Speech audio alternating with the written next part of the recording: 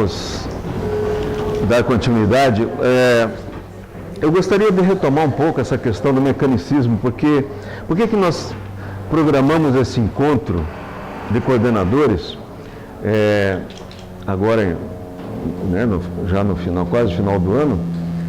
O irmão Grimm vem falando sobre não linearidade, incerteza, indeterminismo, indeterminação e insistentemente, eu diria, né? Já faz mais de ano que ele vem insistindo.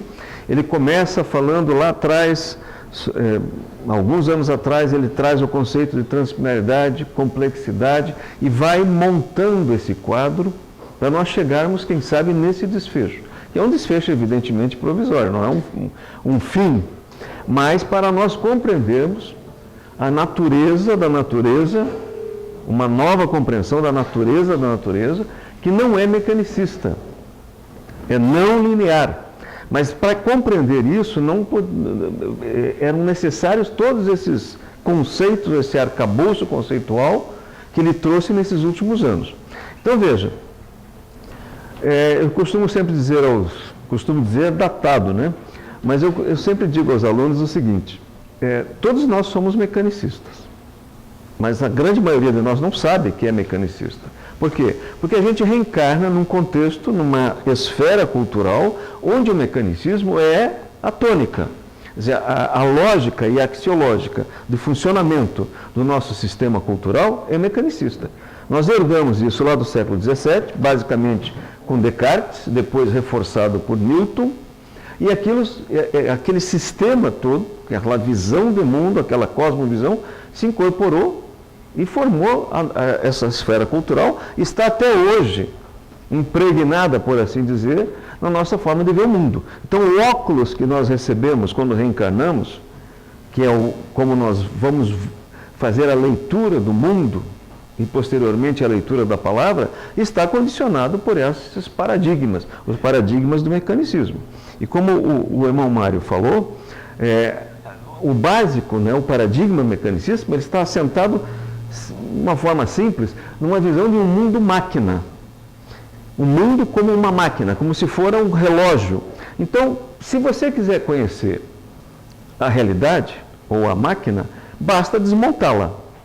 Como um relógio, você desmonta, eu estou falando de um relógio mecânico, não esses relógios digitais, né?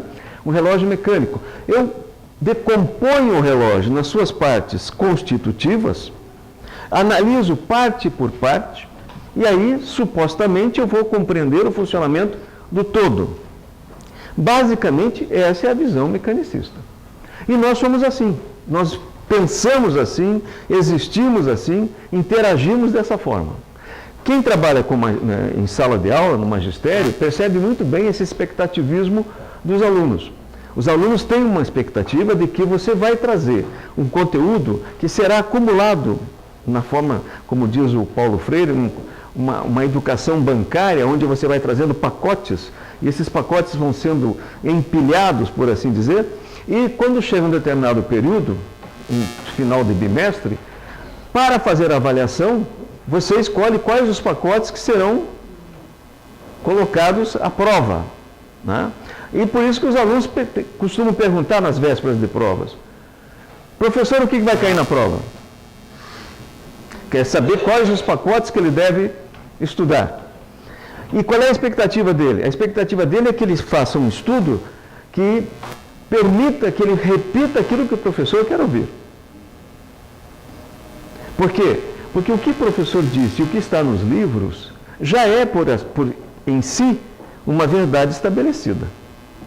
Então, basta repetir essa verdade. Então, isso está em nós. Um outro aspecto do mecanicismo. Hoje nós vivemos um mundo conflagrado.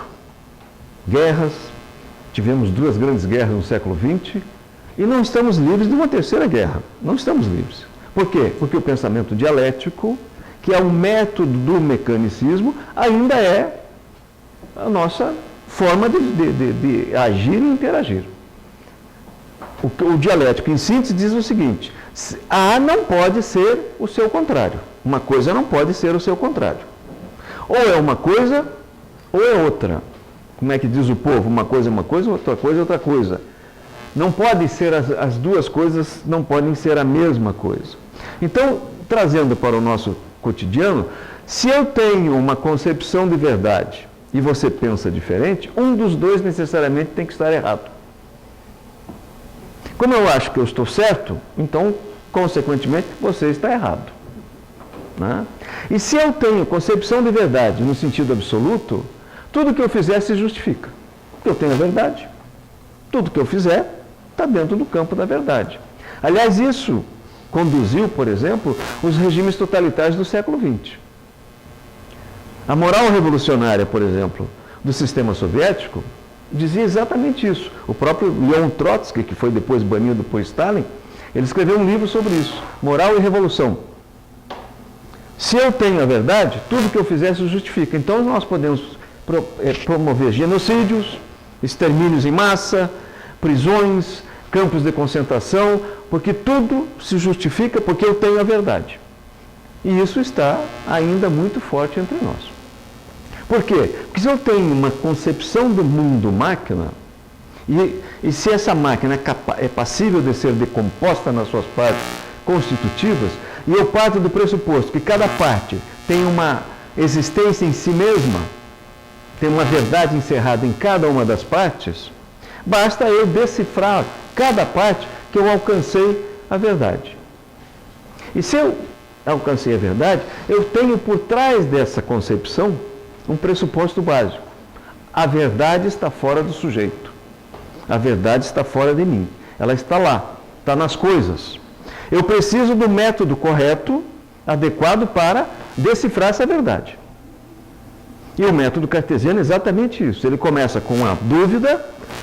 Primeiro passo, duvidar de tudo. O que significa duvidar de tudo? O que eu estou vendo pode ser uma ilusão ou uma traição dos meus sentidos. Então eu vou usar o método correto para devastar as dúvidas. É como se as dúvidas fossem uma floresta que encobre o meu objeto, que eu estou investigando, e uma vez que eu derrubo a floresta, eu consigo ver o objeto na sua forma cristalina, tal qual ele é. E essa é a concepção que está por trás do pensamento mecanicista. E isso que nos coloca em conflitos permanentes. Nós temos uma dificuldade muito grande de compreender a eslética, que é um método da complexidade e da não linearidade. A eslética. A verdade é sempre um alcance possível e não há uma verdade absoluta. Vocês acham que existe alguma verdade absoluta? Não? Nem Deus? Deus é. E tem mais uma. Qual é? O Espírito. Eu que eu digo nós, né? Não só eu. Eu sei, eu tenho absoluta certeza do quê? De que eu existo. De que Deus existe, porque não há efeito sem causa, e de que eu existo. O restante todo é relativo. Todo é relativo. As ciências da natureza, os cientistas que trabalham com a ciência da natureza, às vezes têm dificuldade de aceitar isso. Mas depois que a física rompeu com o mecanicismo, né, e com a física de Newton, basicamente, não é que rompeu, foi adiante, porque a física de Newton continua válida e vai continuar válida enquanto nós vivemos no polissistema material. Mas, quando a física faz esse avanço, basicamente a relativista e a física quântica, ela desmonta essa separação entre o sujeito e o objeto. Por quê? Porque quando os cientistas começam a investigar a natureza íntima da matéria, eles descobrem que as respostas estão condicionadas não por uma realidade objetiva, mas pela forma como eu me dirijo e interajo com o que eu chamo de realidade. Então, se eu escolhi um determinado instrumento de medida, a resposta está condicionada por esse instrumento de medida. Se eu formulei uma série de questões para indagar sobre a realidade, essas questões condicionam a resposta. Portanto, se eu mudar o instrumento de medida e mudar as indagações, eu mudo as respostas. Isso levou, evidentemente, a uma crise no começo do século XX, porque não é possível. Como é que podem ser várias respostas sobre a mesma coisa? No entanto, é isso mesmo. E aí começa a não linearidade, né? que ela vai, evidentemente, ser formalizada, né, de uma forma assim, não digo acabada, mas aperfeiçoada, pelo Prigogine, né, com as chamadas estruturas dissipativas. Que eu vou até mostrar para vocês aqui. Bate lá o play, faz favor. Olha aqui, ó. Essa imagem eu peguei do CIMEPAR hoje. E ali embaixo está a SBE, tá? Isso vai acontecer perto do almoço.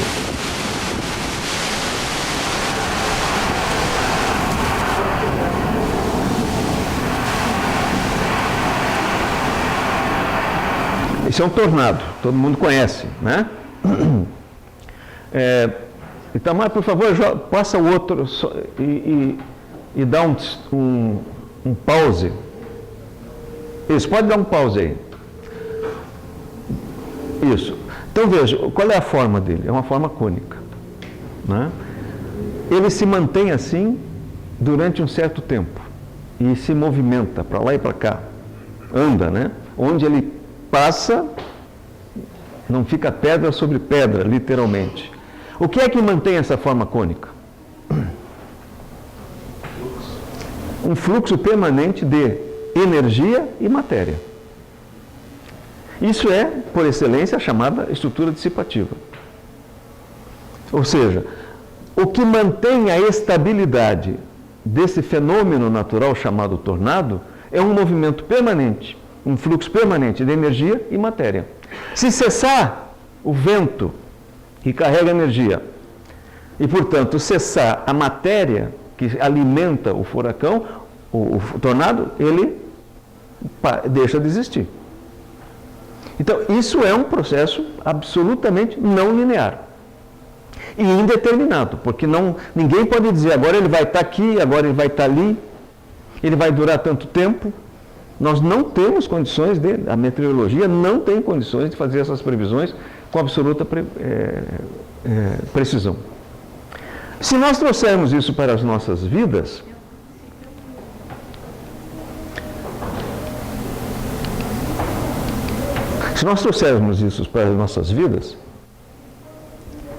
nós vamos ver que a nossa vida é assim também.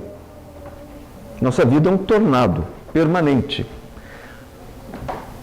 Quando o tornado das nossas vidas deixa de funcionar, o que acontece? Desencarna. A ausência de movimento é morte. Nós estamos vivos porque nos movimentamos, não só no sentido mecânico, mas no sentido de troca de energias com o ambiente e fluxo permanente de matéria, tanto para dentro quanto para fora, permanentemente. Quando nós deixamos de fazer isso, o nosso tornado, vida, perde vitalidade e vai se esvaindo. E é isso que acontece com a velhice. Nós vamos perdendo o fôlego, né? Os fluxos vão se tornando cada vez menos ou menores. Então, a vida é não linear e indeterminada nesse sentido. Quem é que pode dizer aqui com certeza que vai sair daqui ao meio-dia e vai estar em casa logo mais tarde? Com certeza. Sair ao meio-dia já duvidoso. Eu já não tenho certeza nem que vai sair meio-dia, porque já começamos atrasado. Já começa aí. Existe uma grande probabilidade. Probabilidade. Como nós temos uma experiência acumulada, uma memória coletiva, nós já temos uma certa programação e um planejamento viário, ruas, sinaleiros, etc., que estão voltados para o quê? Para a estabilidade. Mas é uma estabilidade dinâmica. Ontem nós estávamos aqui no CAD e a Jussara está aí, né? Está ali. A Jussara contou que ela disse que o planejamento, posso revelar aqui, né? Os teus segredos, posso, né? Ela disse que ela tinha um planejamento de vida que era assim, ela pensava o que ela ia fazer até os 80 anos, mais ou menos isso que você falou, né? E aí eu lembrei do Garrincha, que é uma história muito conhecida. O Garrincha, o jogador, em 58 na Copa da Suécia, o técnico era o Fiola, que era um sujeito muito informal, ele não era que nem os técnicos hoje, que fazem curso, etc. Ele improvisava. E falou, olha, o esquema é esse, se não der certo, vocês fazem do jeito que vocês sabem. Era mais ou menos assim. Então ele pegou um quadro negro, desenhou um campo de futebol, colocou aqui a trave do adversário, a trave do Brasil, colocou lá os números dos jogadores e disse assim, olha, fulano, você está aqui, você vai receber a bola aqui do ciclano, você vai correr aqui pela esquerda, vai correr para o meio, você chuta, o Beltrano entra por aqui, chuta e você corre lá, cabeceia e faz o gol. Tudo perfeito, né? E aí o Garrincha levantou o dedo e disse, mas você combinou com os russos? Porque o Brasil ia jogar com os russos, né? Então, eu brinquei ontem com a Jussara, falei, você combinou com os russos quando você fez o seu planejamento de vida? Porque nós temos essa expectativa de que o nosso planejamento de vida é nosso e de mais ninguém. Mas o mundo é compartilhado, a vida é compartilhada. O que sustenta a vida é esse compartilhamento. Vamos pensar, por exemplo, em termos reencarnatórios. Como é que é o nosso planejamento reencarnatório? Há um planejamento reencarnatório, conforme o estágio do espírito. Né? Até um certo estágio nós somos tutelados como crianças, mas depois de um certo estágio nós passamos a ter uma ingerência ativa no nosso planejamento. Mas ele é assim, olha, eu quero reencarnar agora, eu quero ser médico, isso, eu quero reencarnar na Suíça, e pronto. Mas sem combinar com os russos, como é que fica? Né? Então, quando nós reencarnamos, nós todos aqui, quantos milhões reencarnaram no mesmo dia? E que vão compartilhar um espaço estruturado finito que é a Terra. O polissistema material é limitado, tem limitações. Então é preciso organizar. E essa organização é auto-organizada. Porque não são espíritos anciãos que estão lá num comitê com um relatório e uma lista de reencarnantes para dizer quem reencarna e quem não reencarna. Evidentemente que os espíritos instrutores participam desse planejamento, mas não são eles que definem em última instância. Não interferem no sentido de fazer um dirigismo, né? Mas como é que é feito? Pela inteligibilidade há uma auto-organização. Se nós olharmos um sistema vivo, um bioma, onde nós temos várias espécies, ela é totalmente auto-organizada. Não põe o ser humano ainda. Um bioma sem a presença do ser humano. Todas as espécies se relacionam de uma forma absolutamente inteligente e auto-organizada. O Mário colocou ali a lei de Transalto-Eco, administração dos sistemas vivos, Transalto-Eco, organização dos organismos vivos. São as duas leis que regem todos os sistemas vivos. A Transalto-Eco administração é o condomínio, é o regimento do condomínio. Imaginem como um condomínio humano, que tem um regimento, tem hora para isso, hora para aquilo, etc. Dia de mudança, dia que não pode fazer mudança, todos têm que ter conhecimento. Tanto é que fica fixado nos elevadores. Tem reunião de condomínio, tem tudo aquilo que quem mora em condomínio sabe. Nos sistemas vivos também tem um regimento, só que esse regimento não está fixado nas árvores, em lugar nenhum fisicamente, mas está impresso em cada princípio inteligente que anima todas as espécies que estão compartilhando aquele espaço. Todos têm o mesmo regimento gravado em si. Todos sabem o que devem fazer. Cada espécie sabe exatamente o que tem que fazer. Nenhuma vai fazer o que a outra faz. As cobras têm lá a sua função, os insetos, os sapos, os felinos, todos sabem exatamente o que tem que fazer. Por isso que o Rupert Sheldrake diz, todos os seres vivos têm consciência. Todos os seres vivos têm consciência. Que parece às vezes até uma heresia para certos segmentos do mundo científico. A diferença é que, entre nós e eles, é que nós temos consciência de que temos consciência. É a única diferença. Porque se eles sabem o que tem que fazer, esses sabem entre aspas, eles têm uma consciência. né? Basta observar os pássaros, eles, às 6 horas da manhã eles saem dos ninhos, das árvores, passam o dia inteiro trabalhando, polinizando, se alimentando de insetos, fazendo o equilíbrio da quantidade de insetos no ambiente, se reproduzindo, e 6 horas da tarde voltam, começa aquela algazarra, assim, de modo de dizer, e daqui a pouco um silêncio total, todos dormindo, para acordar novamente no outro dia. Se isso não é uma consciência, o que que é? Ah, instinto. Mas o que que é instinto? Não é uma forma de inteligência? Porque se tudo é inteligente, né? Então tudo é uma questão de nomenclatura. Então veja, tudo é dinâmico. Quando a gente fala em dinâmica dos sistemas vivos, é exatamente isso, tudo é dinâmico. E como é dinâmico, não tem uma trajetória linear definida. E essa não linearidade nos leva a situações críticas das chamadas bifurcações que o irmão Mário colocou. Normalmente é o ruído que provoca a bifurcação. O que é um ruído? Um ruído é uma interferência num processo comunicacional. Você manda uma mensagem do emissor para o receptor e no meio do caminho tem um ruído que interfere na comunicação. Você está falando no celular e de repente começa a falhar, né? É muito oportuno quando alguém liga pedindo dinheiro emprestado, você fala, alô, alô, alô, vou ligar de novo, e aí desliga o telefone, né? Mas o ruído é uma interrupção no processo comunicacional. Mas não é só na comunicação.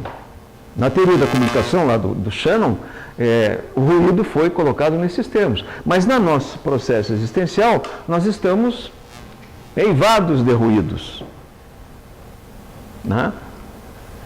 Eu cito, por exemplo, uma situação assim, hipotética, mas muito real.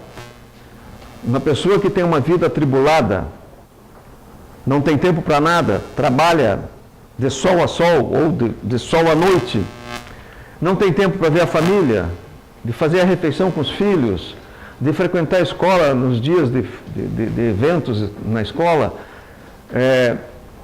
mal conversa com o cônjuge e assim por diante. Então, aquela vida que muitas pessoas têm.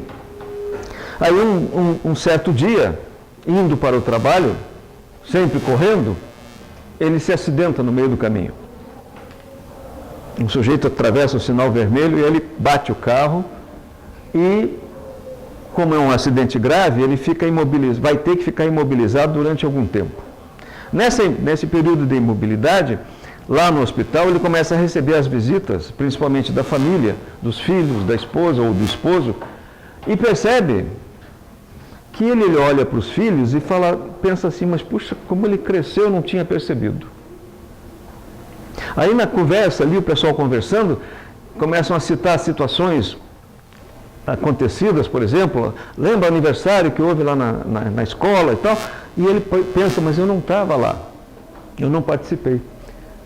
E ao mesmo tempo ele liga uma coisa com a outra. Eu poderia ter ido a óbito nesse acidente. Eu poderia ter morrido. E aí ele ressignifica. A partir do momento em que ele sai daquela situação, ele começa a ressignificar e repaginar.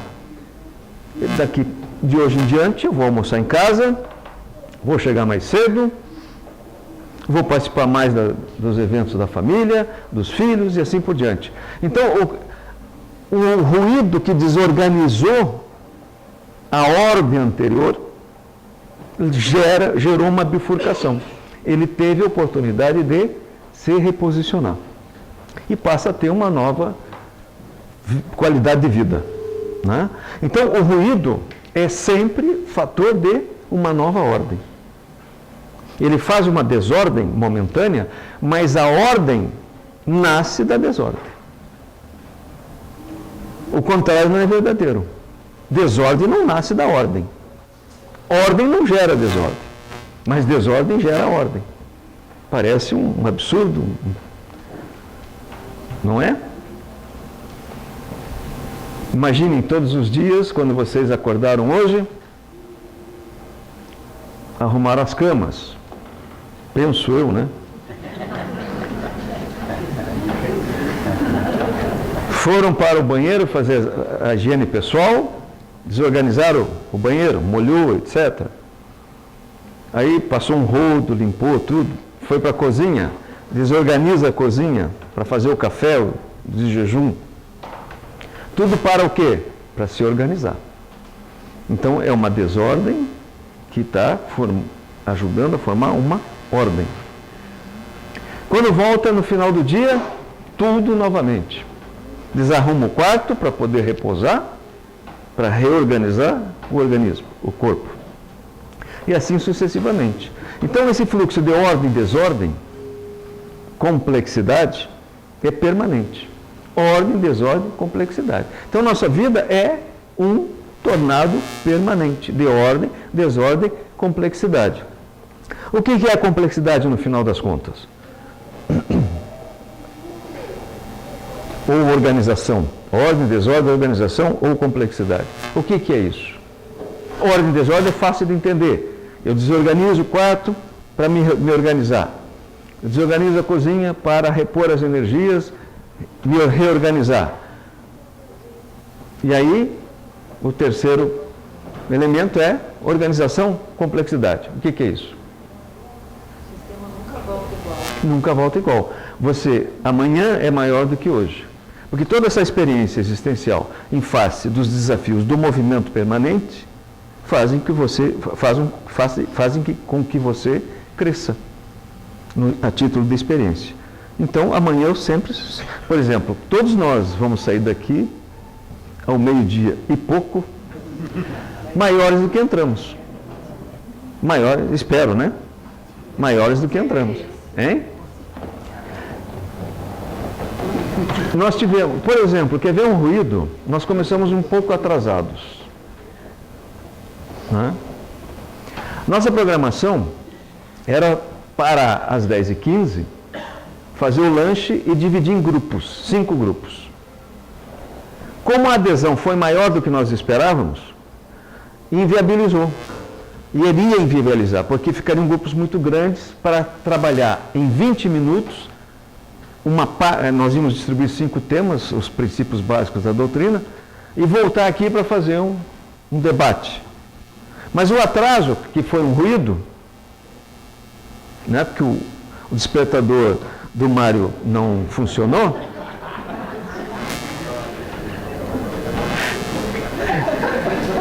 Funcionou, mas foi quebrado na parede. Funcionou, mas foi quebrado na parede, né?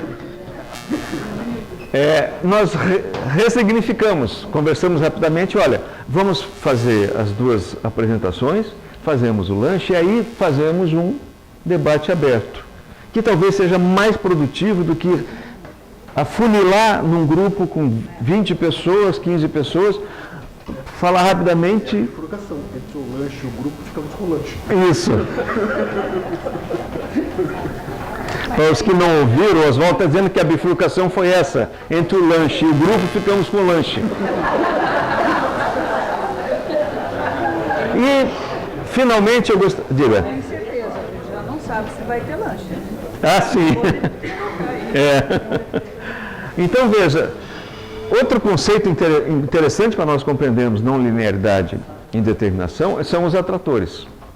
O Mário colocou ali, não é um conceito simples, vem da física, vem da matemática do caos. Porque atrai. Então, Não, é que o ponto de equilíbrio... Então, isso está em nós. Um outro aspecto do mecanicismo. Hoje nós vivemos um mundo conflagrado. Guerras, tivemos 2 grandes guerras no século XX, e não estamos livres de uma terceira guerra. Não estamos livres. Por quê? Porque o pensamento dialético, que é um método do mecanicismo, ainda é a nossa forma de agir e interagir. O dialético, em síntese, diz o seguinte: A não pode ser o seu contrário. Uma coisa não pode ser o seu contrário. Ou é uma coisa, ou é outra. Como é que diz o povo? Uma coisa é uma coisa, outra coisa é outra coisa. Não pode ser as duas coisas, não podem ser a mesma coisa. Então, trazendo para o nosso cotidiano, se eu tenho uma concepção de verdade e você pensa diferente, um dos dois necessariamente tem que estar errado. Como eu acho que eu estou certo, então, consequentemente, você está errado. Né? E se eu tenho concepção de verdade no sentido absoluto, tudo que eu fizer se justifica. Eu tenho a verdade. Tudo que eu fizer está dentro do campo da verdade. Aliás, isso conduziu, por exemplo, os regimes totalitários do século XX. A moral revolucionária, por exemplo, do sistema soviético, dizia exatamente isso. O próprio Leon Trotsky, que foi depois banido por Stalin, ele escreveu um livro sobre isso, Moral e Revolução. Se eu tenho a verdade, tudo que eu fizer se justifica. Então nós podemos promover genocídios, extermínios em massa, prisões, campos de concentração, porque tudo se justifica porque eu tenho a verdade. E isso está ainda muito forte entre nós. Por quê? Porque se eu tenho uma concepção do mundo máquina, e se essa máquina é passível de ser decomposta nas suas partes constitutivas, e eu parto do pressuposto que cada parte tem uma existência em si mesma, tem uma verdade encerrada em cada uma das partes, basta eu decifrar cada parte que eu alcancei a verdade. E se eu alcancei a verdade, eu tenho por trás dessa concepção um pressuposto básico. A verdade está fora do sujeito. A verdade está fora de mim. Ela está lá, está nas coisas. Eu preciso do método correto, adequado para decifrar essa verdade. E o método cartesiano é exatamente isso. Ele começa com a dúvida. Primeiro passo, duvidar de tudo. O que significa duvidar de tudo? O que eu estou vendo pode ser uma ilusão ou uma traição dos meus sentidos. Então eu vou usar o método correto para devastar as dúvidas. É como se as dúvidas fossem uma floresta que encobre o meu objeto, que eu estou investigando, e uma vez que eu derrubo a floresta, eu consigo ver o objeto na sua forma cristalina, tal qual ele é. E essa é a concepção que está por trás do pensamento mecanicista. E isso que nos coloca em conflitos permanentes. Nós temos uma dificuldade muito grande de compreender a eslética, que é um método da complexidade e da não linearidade. A eslética. A verdade é sempre um alcance possível e não há uma verdade absoluta. Vocês acham que existe alguma verdade absoluta? Não? Nem Deus?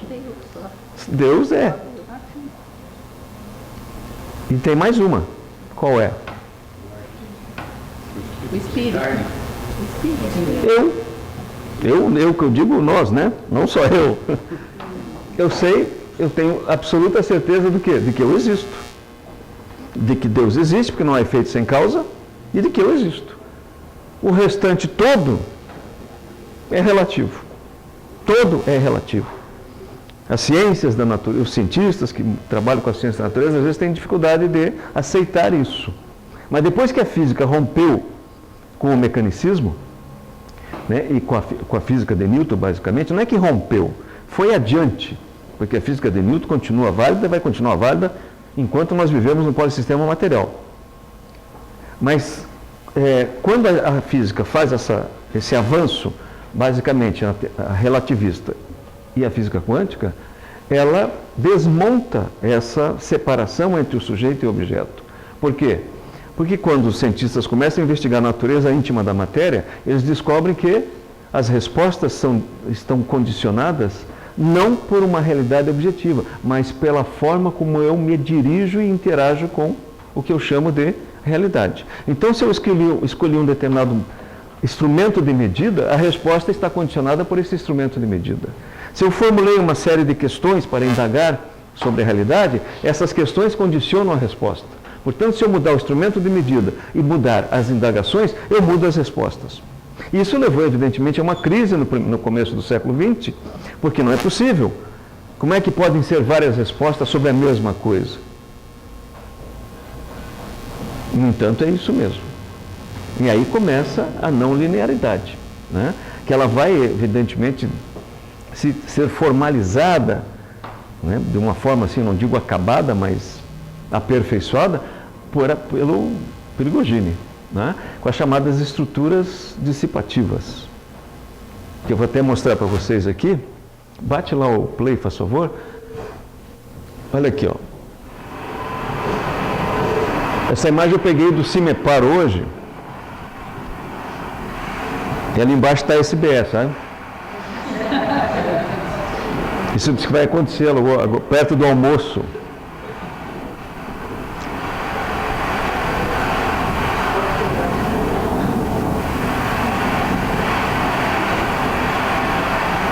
Esse é um tornado, todo mundo conhece, né? Itamar, por favor, passa o outro e dá um pause. Isso, pode dar um pause aí. Isso.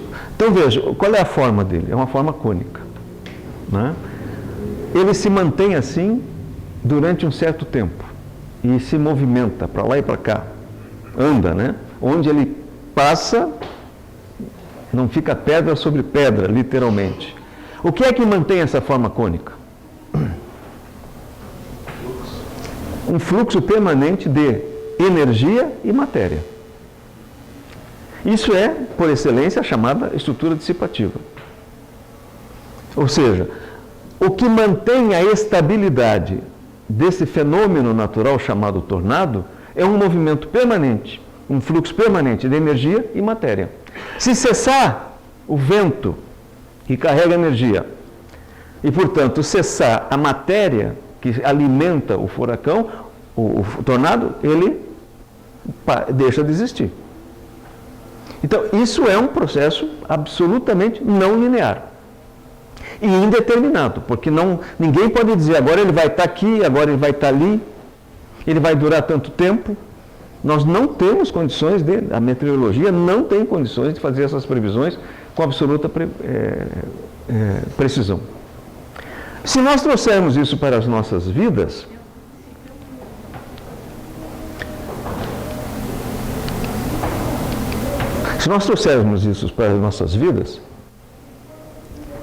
nós vamos ver que a nossa vida é assim também. Nossa vida é um tornado permanente. Quando o tornado das nossas vidas deixa de funcionar, o que acontece? Desencarna. A ausência de movimento é morte. Nós estamos vivos porque nos movimentamos, não só no sentido mecânico, mas no sentido de troca de energias com o ambiente e fluxo permanente de matéria, tanto para dentro quanto para fora, permanentemente. Quando nós deixamos de fazer isso, o nosso tornado, vida, perde vitalidade e vai se esvaindo. E é isso que acontece com a velhice. Nós vamos perdendo o fôlego, né? Os fluxos vão se tornando cada vez menos ou menores. Então, a vida é não linear e indeterminada nesse sentido. Quem é que pode dizer aqui com certeza que vai sair daqui ao meio-dia e vai estar em casa logo mais tarde? Com certeza. Sair ao meio-dia e vender os outros. Eu já não tenho certeza nem que vai sair meio-dia, porque já começamos atrasado. Já começa aí. Existe uma grande probabilidade. Probabilidade. Como nós temos uma experiência acumulada, uma memória coletiva, nós já temos uma certa programação e um planejamento viário, ruas, sinaleiros, etc., que estão voltados para o quê? Para a estabilidade. Mas é uma estabilidade dinâmica. Ontem nós estávamos aqui no CAD e a Jussara está aí, né? Está ali. A Jussara contou que ela disse que o planejamento, posso revelar aqui, né? Os teus segredos, posso, né? Ela disse que ela tinha um planejamento de vida que era assim, ela pensava o que ela ia fazer até os 80 anos, mais ou menos isso que você falou, né? E aí eu lembrei do Garrincha, que é uma história muito conhecida. O Garrincha, o jogador, em 58 na Copa da Suécia, O técnico era o Fiola, que era um sujeito muito informal, ele não era que nem os técnicos hoje, que fazem curso, etc. Ele improvisava. E falou, olha, o esquema é esse, se não der certo, vocês fazem do jeito que vocês sabem. Era mais ou menos assim. Então ele pegou um quadro negro, desenhou um campo de futebol, colocou aqui a trave do adversário, a trave do Brasil, colocou lá os números dos jogadores e disse assim, olha, fulano, você está aqui, você vai receber a bola aqui do ciclano, você vai correr aqui pela esquerda, vai correr para o meio, você chuta, o Beltrano entra por aqui, chuta e você corre lá, cabeceia e faz o gol. Tudo perfeito, né? E aí o Garrincha levantou o dedo e disse, mas você combinou com os russos? Porque o Brasil ia jogar com os russos, né? Então, eu brinquei ontem com a Jussara, falei, você combinou com os russos quando você fez o seu planejamento de vida? Porque nós temos essa expectativa de que o nosso planejamento de vida é nosso e de mais ninguém. Mas o mundo é compartilhado, a vida é compartilhada. O que sustenta a vida é esse compartilhamento. Vamos pensar, por exemplo, em termos reencarnatórios. Como é que é o nosso planejamento reencarnatório? Há um planejamento reencarnatório, conforme o estágio do espírito. Né? Até um certo estágio nós somos tutelados como crianças, mas depois de um certo estágio nós passamos a ter uma ingerência ativa no nosso planejamento. Mas ele é assim, olha, eu quero reencarnar agora, eu quero ser médico, isso, eu quero nascer reencarnar na Suíça, e pronto. Mas sem combinar com os russos, como é que fica? Né? Então, quando nós reencarnamos, nós todos aqui, quantos milhões reencarnaram no mesmo dia? E que vão compartilhar um espaço estruturado finito que é a Terra. O polissistema material é limitado, tem limitações. Então é preciso organizar. E essa organização é auto-organizada. Porque não são espíritos anciãos que estão lá num comitê com um relatório e uma lista de reencarnantes para dizer quem reencarna e quem não reencarna.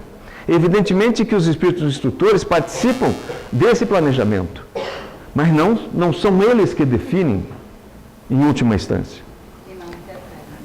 Não interferem no sentido de fazer um dirigismo, né? Mas como é que é feito? Pela inteligibilidade há uma auto-organização.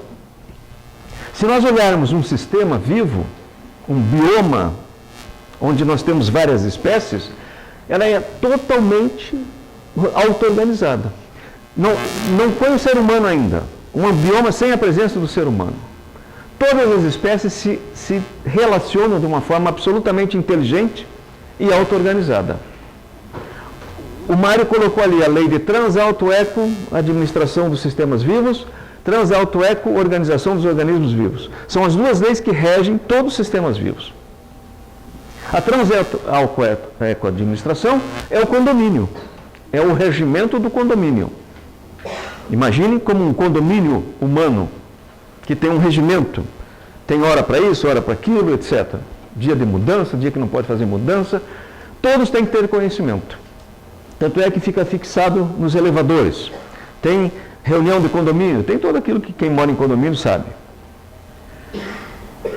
Nos sistemas vivos também tem um regimento, só que esse regimento não está fixado nas árvores, em lugar nenhum fisicamente, mas está impresso em cada princípio inteligente que anima todas as espécies que estão compartilhando aquele espaço. Todos têm o mesmo regimento gravado em si, é um imprint do próprio espírito. Todos sabem o que devem fazer. Cada espécie sabe exatamente o que tem que fazer. Nenhuma vai fazer o que a outra faz. As cobras têm lá a sua função, os insetos, os sapos, os felinos, todos sabem exatamente o que tem que fazer. Por isso que o Rupert Sheldrake diz, todos os seres vivos têm consciência. Todos os seres vivos têm consciência. Que parece às vezes até uma heresia para certos segmentos do mundo científico. A diferença é que entre nós e eles é que nós temos consciência de que temos consciência. É a única diferença. Porque se eles sabem o que tem que fazer, esses sabem entre aspas, eles têm uma consciência.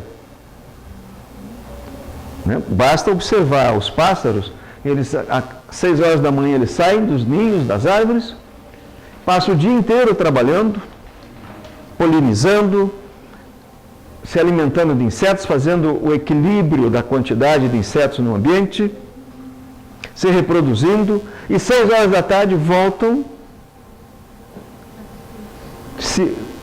começa aquela algazarra, assim, de modo de dizer, e daqui a pouco um silêncio total, todos dormindo, para acordar novamente no outro dia. Se isso não é uma consciência, o que que é? Ah, instinto. Mas o que que é instinto? Não é uma forma de inteligência? Porque se tudo é inteligente, né? Então tudo é uma questão de nomenclatura. Então veja, tudo é dinâmico. Quando a gente fala em dinâmica dos sistemas vivos, é exatamente isso, tudo é dinâmico.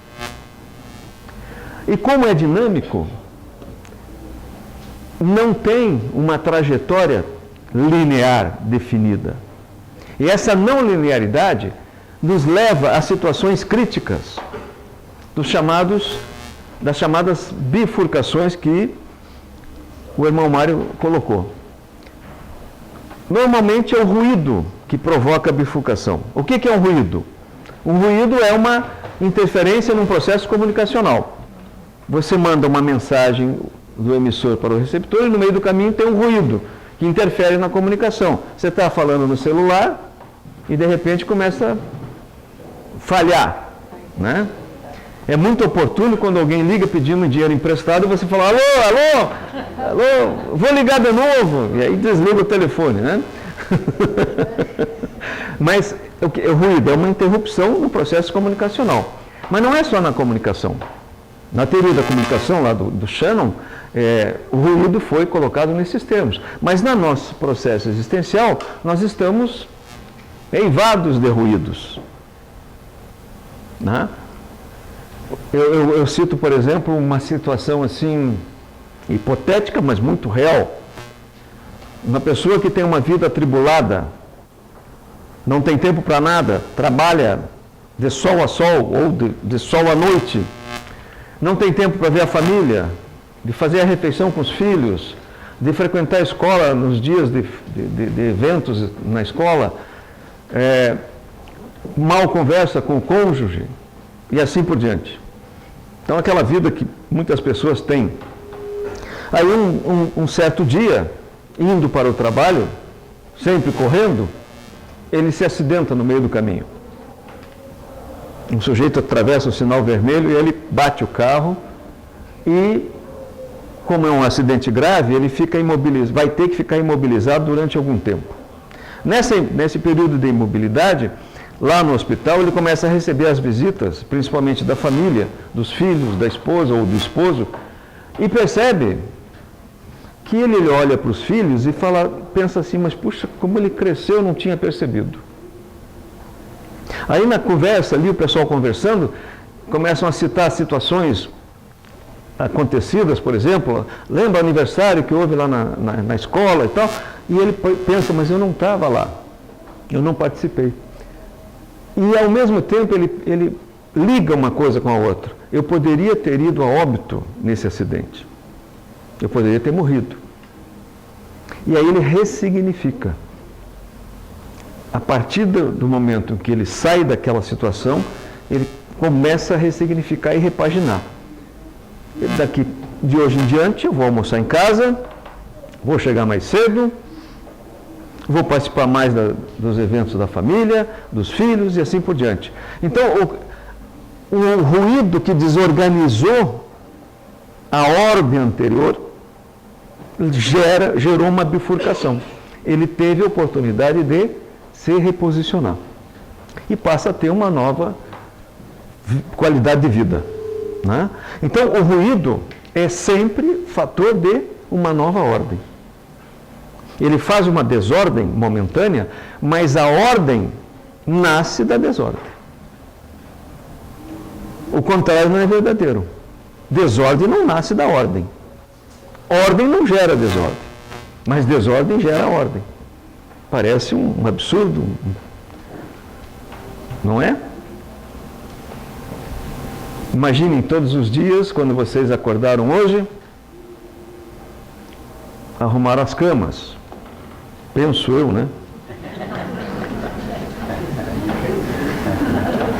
Foram para o banheiro fazer a higiene pessoal, desorganizaram o banheiro, molhou, etc. Aí passou um rodo, limpou tudo, foi para a cozinha, desorganiza a cozinha para fazer o café de jejum. Tudo para o quê? Para se organizar. Então é uma desordem que está ajudando a formar uma ordem. Quando volta no final do dia, tudo novamente. Desarruma o quarto para poder repousar, para reorganizar o organismo, o corpo. E assim sucessivamente. Então esse fluxo de ordem, desordem, complexidade é permanente. Ordem, desordem, complexidade. Então nossa vida é um tornado permanente de ordem, desordem, complexidade. O que é a complexidade no final das contas? Ou organização. Ordem, desordem, organização ou complexidade. O que é isso? Ordem e desordem é fácil de entender. Eu desorganizo o quarto para me organizar. Eu desorganizo a cozinha para repor as energias, me reorganizar. E aí, o terceiro elemento é organização, complexidade. O que é isso? O sistema nunca volta igual. Nunca volta igual. Você, amanhã é maior do que hoje. Porque toda essa experiência existencial em face dos desafios do movimento permanente fazem com que você cresça a título de experiência. Então, amanhã eu sempre, por exemplo, todos nós vamos sair daqui ao meio-dia e pouco, maiores do que entramos. Maiores, espero, né? Maiores do que entramos.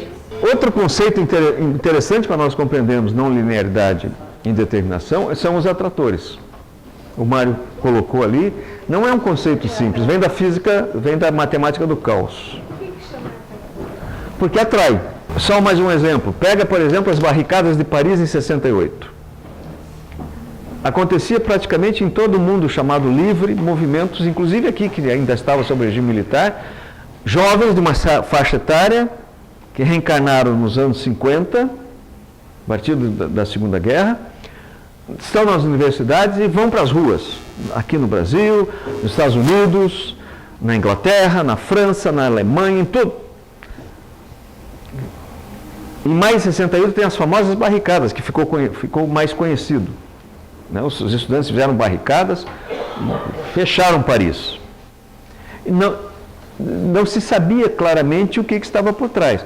O que se sabia era o seguinte: aqui no Brasil tinha um regime militar, então tinha a marcha dos 100 mil, etc., contra o regime militar.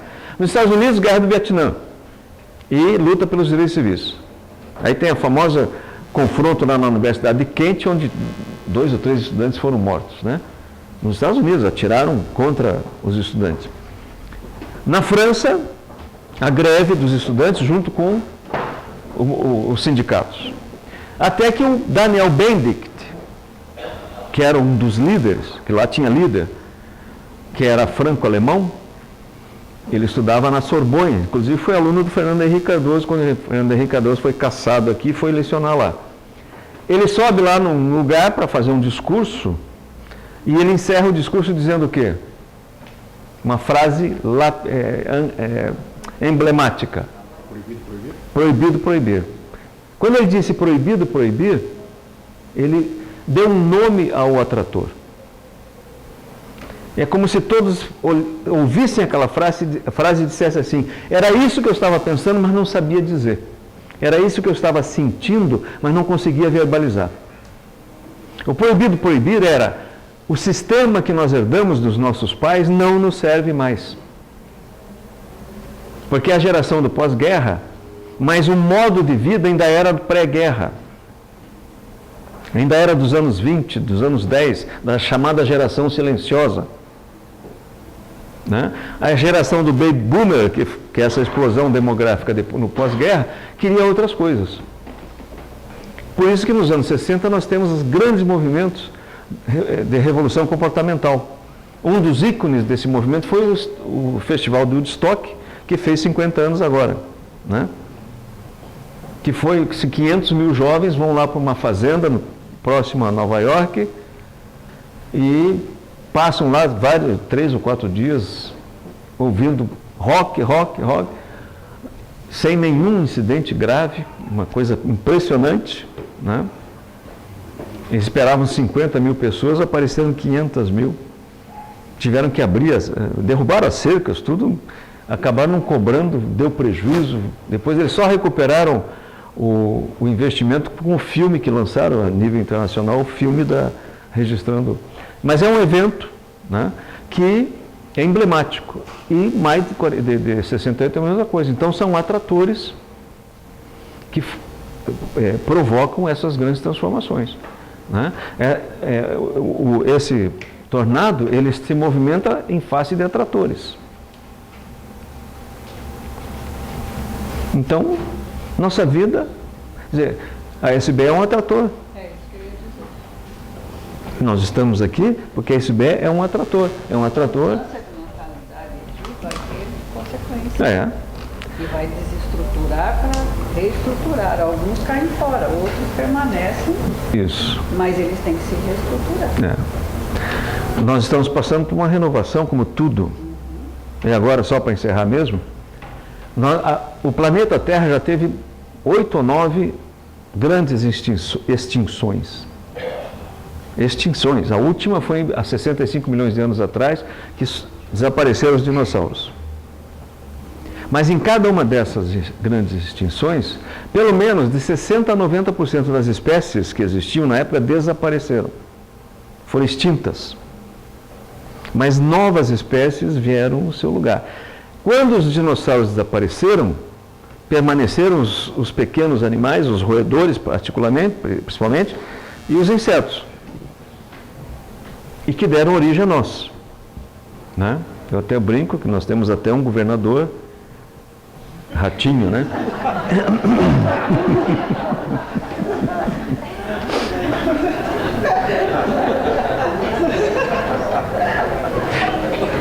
Nós somos descendentes dos roedores, né? Então, quando vocês olharem o ratinho lá e botarem a ratoeira, sabe que está matando um parente.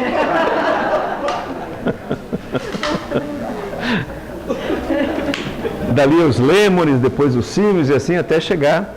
Mas se os dinossauros não tivessem sido extintos, nós não estaríamos aqui. Havia uma incompatibilidade entre a convivência entre dinossauros e humanos, em função de consumo de recursos, de ocupação de espaço, uma série de coisas, né? Mas o que nós sabemos como espíritas é que nós éramos dinossauros também. Só que nós precisávamos de novas roupagens para irmos adiante. Então vem a natureza, na sua inteligibilidade, e faz a transformação que precisa ser feita. É a inteligibilidade, que é o fenômeno emergente da inteligência de cada indivíduo, de cada princípio inteligente interagindo. Cada princípio inteligente que está na planta, na pedra, no animal, no ser humano, no processo existencial, tem um efeito emergente desse conjunto articulado que nós chamamos de inteligibilidade. E essa inteligibilidade tem em si sentido e propósito. Tanto é que toda essa caminhada foi para que nós estivéssemos aqui. A Terra o universo foi criado, surgiu há mais ou menos 13 bilhões de anos atrás, um pouco mais, num momento, né, numa singularidade que se expande até hoje. E se nós observarmos todas as constantes universais, como se organizou o universo, tudo sugere que as coisas estavam prontas, se aprontando para que nós estivéssemos aqui. Ou seja, uma intenção. Uma intenção, um propósito. Então,